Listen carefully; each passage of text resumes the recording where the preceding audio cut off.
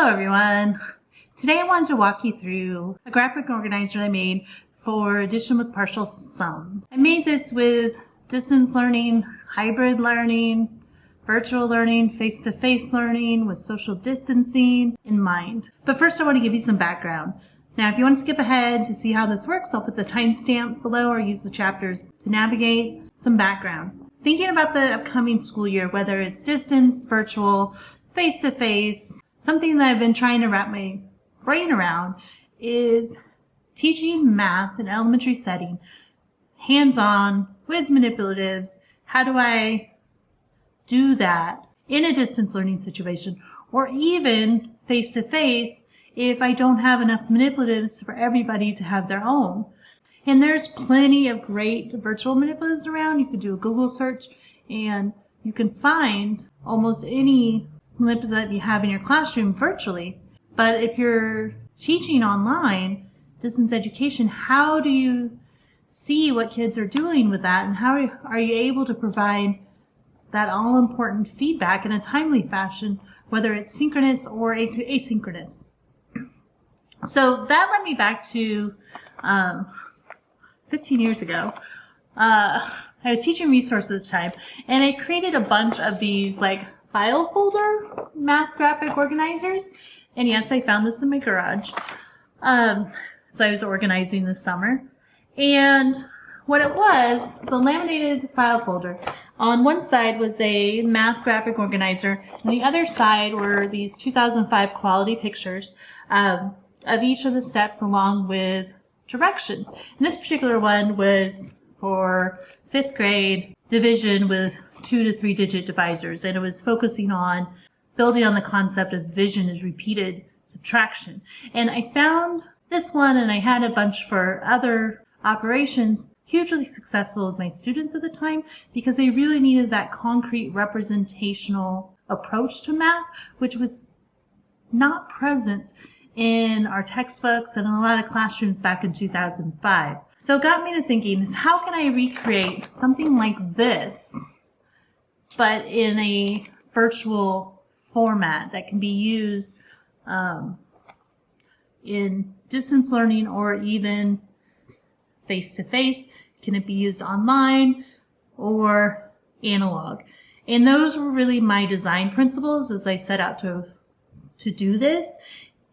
Was it had to be flexible. I needed students to be able to use it online. I also needed to be able to print it out, laminate it, or print out a bunch of copies that kids could fill in using pen and paper. Because there's so many unknowns with the upcoming school year that I needed this to be as flexible as possible. So I've created these, and I'm going to share one today using a combination of Google Drawing and Google Slides. I'll do another video on exactly how I made this using those two tools. And if you're interested in that, be sure to subscribe.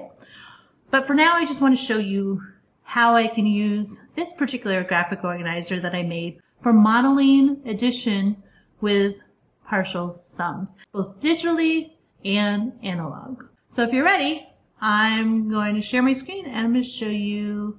All right, so first I'm going to show this digitally using Google Slides. And I'm going to show you 3 different ways. One, just using Google Slides exclusively. Second, using a tool such as Pear Deck, and then I'm also going to show Nearpod.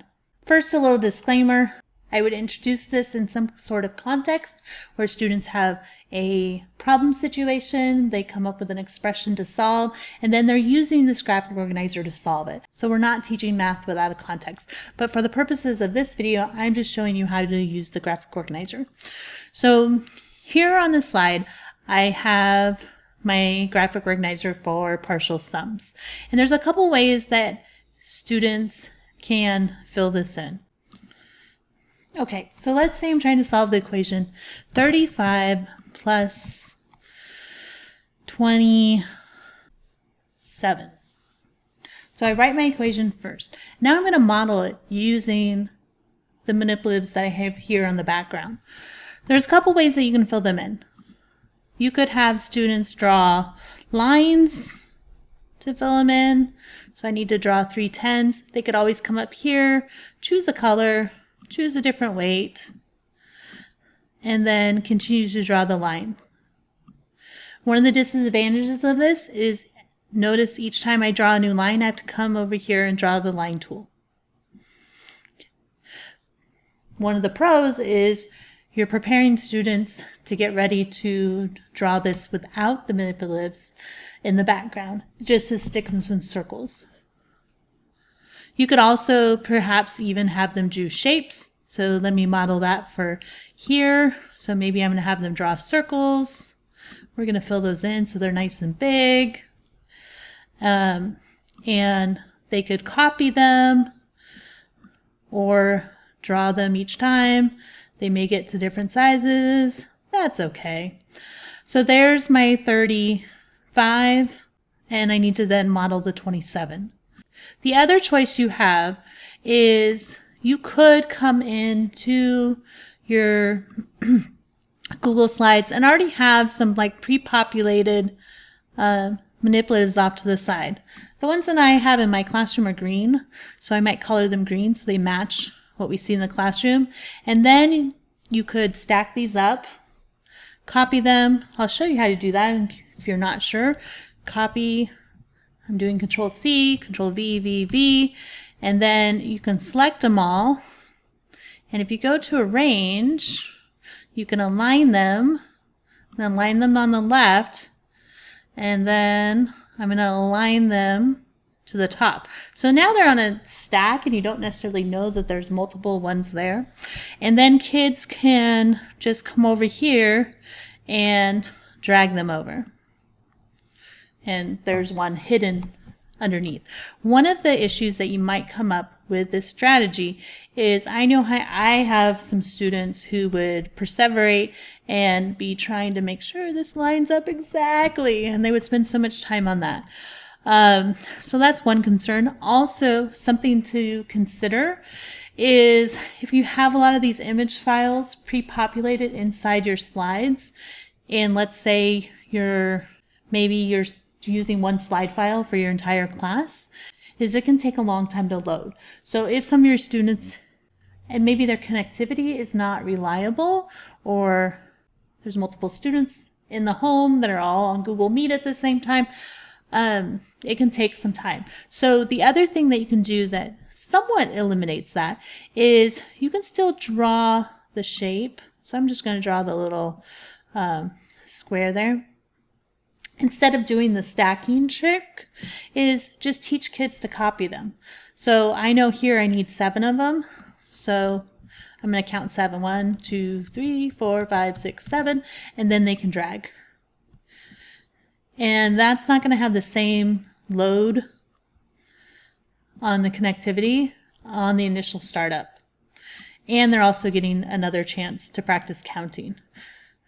Now, some of you may ask, Melissa, those aren't quite representational. 10 of your 1s don't stack up to be equal one of your 10 sticks visually in terms of their size. And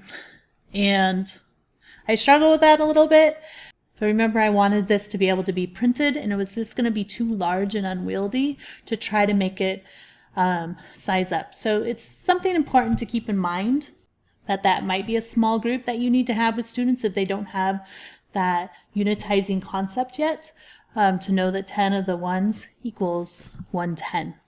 So now that we've got our 3, 10, 35, and 27 represented, I'm going to count up the value of my 10s, 10, 20, 30, 40, 50.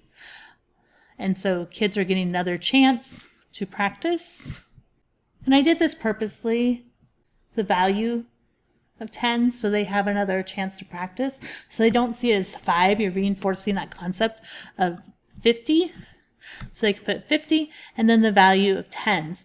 And the design here in the graphic organizer is meant to build on their knowledge of 10 frames. So hopefully students can look at the visual representation they made and see 12. That you've got 5 and 5 making a 10 plus 2 more, and then come down here and put 12. So now they're ready to add those up. 50 plus 12 is 62. So you're getting students ready for the algorithm.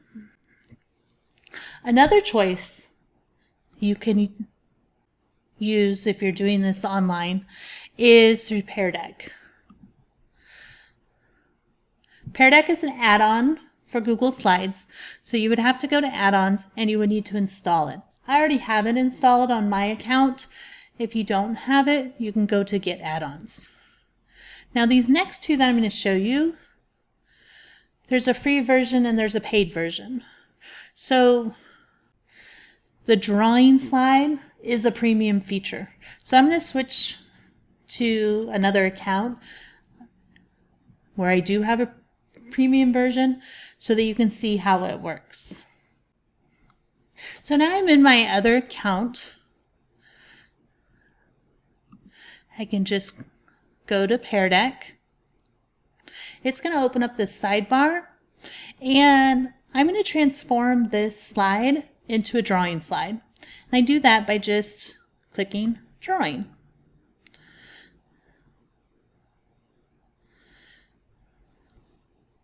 It's going to take a minute to load up, and now it is Drawing slide. Let me show you how this would look in an actual lesson. I'm going to start the lesson. I'm going to go ahead and make it an instructor paced activity, as if we were doing this live, perhaps in a Meet or a Zoom. You also have the choice to do it student paced. And once you do that, you can either instruct students to go to joinpd.com and enter this code, or you can even give them a link. You could also post this in Google Classroom, insert a link into the chat feature of Google Meet or Zoom. And Pear Deck always starts with this nice question, how you're doing today. I'm doing great, because I'm spinning it with you and talking about math. So this now, what you're seeing is the student view. And so they can choose whatever color. And remember, our question was 35 plus 27. So they can go ahead and write this out. They can also use the text feature. Sometimes it's easier to type it. And then they can choose whatever colors they want. Students love this. And just come in here and represent their numbers. And that's part of the reason why I made the 1s and the 10s the sizes they are, because as I was testing this out on different devices, I'm on a computer laptop right now, but on a mobile device or a mobile phone or a small tablet, it was just a little too small for younger learners, and I thought it would get crowded. So this process is the same. And what is neat here is I'm going to go back to teacher view, and this is what I'm seeing. Now, right now I only have one student doing this.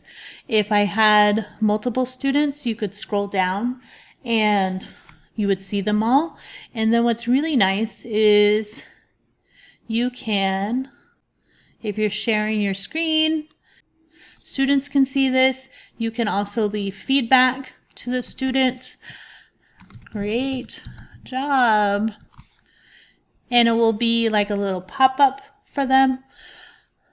So you have a way to not only see their thinking, but also provide that immediate feedback. And you're still building on those place value concepts that are so important. The downside of this is the drawing is a premium feature of Pear Deck. Now on to Nearpod. Nearpod is also an add-on. It works very similar to Pear Deck. I've already installed it, so I'm going to open it. Now I'm using the free version for this. So you have a lot of choices of question types. I want the draw. So it's going to convert this slide to drawing. And I'm going to upload that graphic organizer I made as the background image. And it's in my Google Drive. There it is. And you can change the scale of it. You can add any other directions. You even have the ability to add a timer. I'm not going to do that. And save. So this is what it looks like. I'm going to go in here and change, see if I can change the background. Okay, there we go. So here's how this would look from a student perspective. I'm going to save. This is still the teacher side. Notice it is saving. Now the free version of Nearpod, you are limited in the amount of storage and the number of lessons that you can have. So I found myself just re-editing lessons. Because in your first slide, you could have your story problem that provides context, and your next slide, you have the draw it to solve it. And so all you would be doing every day would be editing your slide with the story problem on it. So I'm going to make this a live lesson. It's going to give me a code that I can share with students. I'm going to get the link here. Copy. I'm going to go to another account and be a student. Add your name. Put student 1. Join session. This is here because that was the first slide I did. So let me go back to my teacher self. I would say I wouldn't have that. This is the teacher side. Notice down here I can see there's one student in. So it was slide 5 is the drawing slide. So here it's waiting for my drawing. And now if I go to Student Me, I'm ready to draw. And you can see it's very similar to Pear Deck. 2, 3, 4, 5. 1, 2, 3. Students can change the color. There's a few less choices here than Pear Deck. I might just start drawing dots. And then if they make a mistake, you have the eraser. They can come up here and erase. I need to put that back. Oops, still in the eraser. And so I can go 50. There's 12 ones. Together, that is 62. And when I'm done, I can click Submit. The student can always come back and edit it. Back to our teacher view. What's really nice is on this page, you can see all your students working on it at the same time.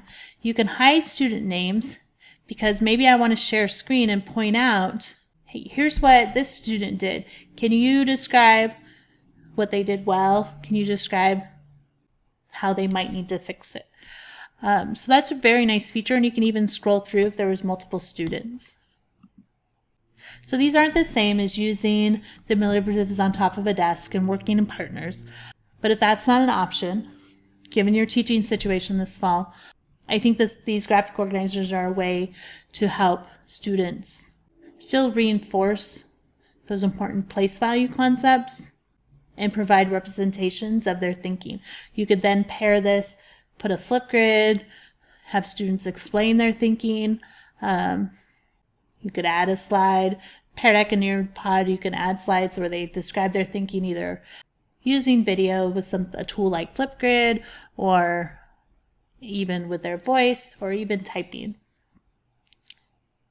So let me show you what this might look like analog. All right, so now I'm going to show you how to do this analog. Here, I've got a printout, and I've just put it in a plastic sleeve. You could laminate this, or you could just make double-sided copies that students are using marker or their pencil with. I'm going to switch up the problem here, because I know some of you may be thinking about, ooh, what if you get a 3-digit sum? So I'm going to do 45 plus 67. Still the same concept. You may, if they're writing, you may want to encourage them to do circles, because then that helps them move to when they may just be representing this as sticks and circles. Still the same thing. And notice here on the 10s, I did put 10.